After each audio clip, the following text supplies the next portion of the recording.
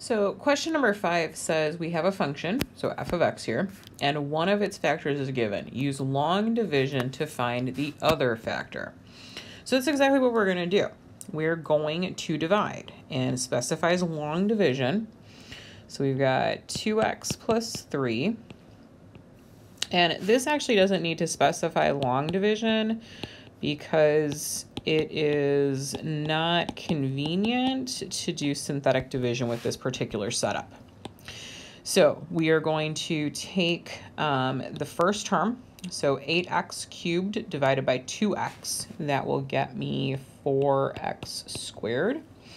I'm going to take 4x squared and multiply times both of these terms. So 8x cubed, and then what would that be? Plus 12x squared. And I'm going to subtract both of those terms. Remembering, of course, that your first two terms will cancel each other out. If they don't, something went wrong, so be careful with that. 6x squared minus 12x squared is going to be negative 6x squared. I'm going to go ahead and bring down the rest of those terms and start again.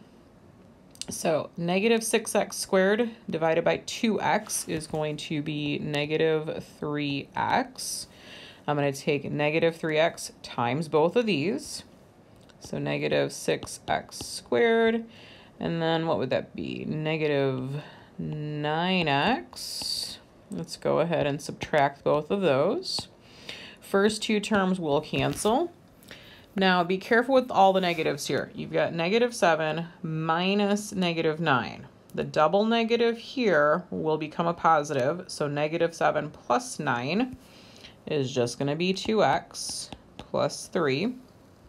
So take the leading term here, divide here. So 2x divided by 2x is going to be positive 1.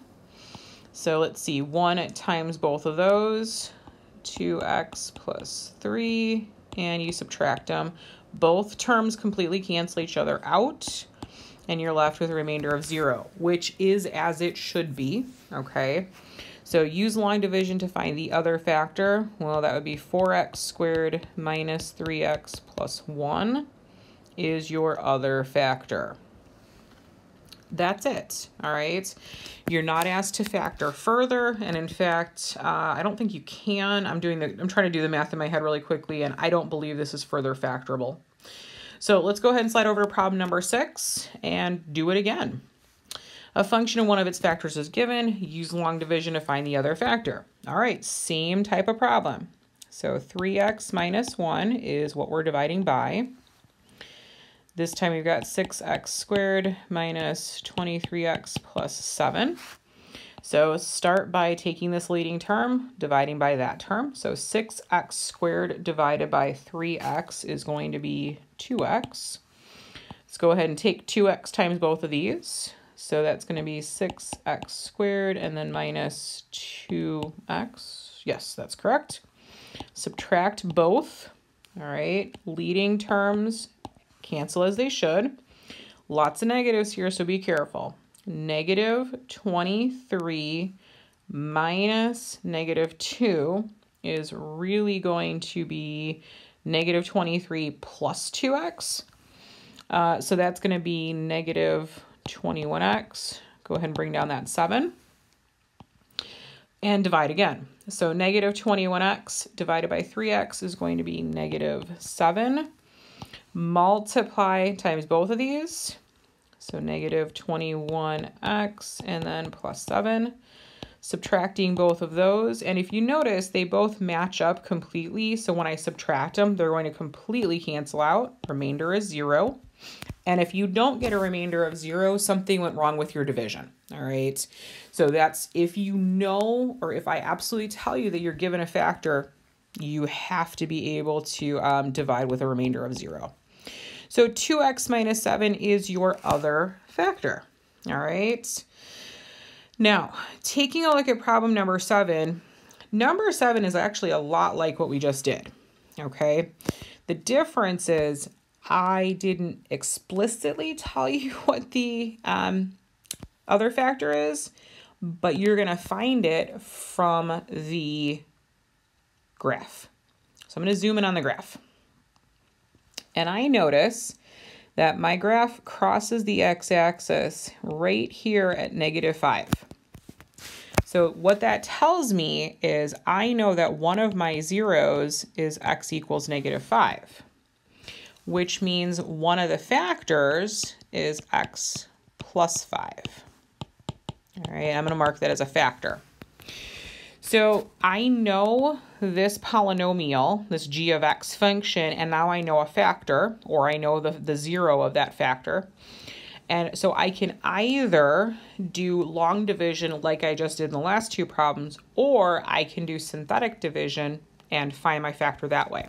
I'm actually going to do this problem using synthetic division, not for any particular reason other than to show you multiple methods.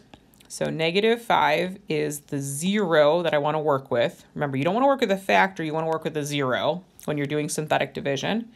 And I want the coefficients, so 3, 8, -35. A little space to work. Drop that first value, so that's going to be 3 times -5 is -15. Add them up, I'm going to get a -7, -5, and -7 multiplied together to get me 35. Add vertically, there's my 0, which is as it should be the remainder, okay, of 0. And this is then my constant, and this is my first x. So this will turn into 3x minus 7. So my factors, I'm going to go ahead and list them both together. I've got x plus 5 and 3x minus 7. Those are the two factors from this particular graph. And it's, if you notice, this factor, if we were to set it equal to 0, would turn into 7/3, or what would that be, 2 1/3. And if we look at the graph, yeah, that kind of makes some sense, right? We weren't going to know that right from the graph itself, but we can figure it out using a little bit of synthetic division.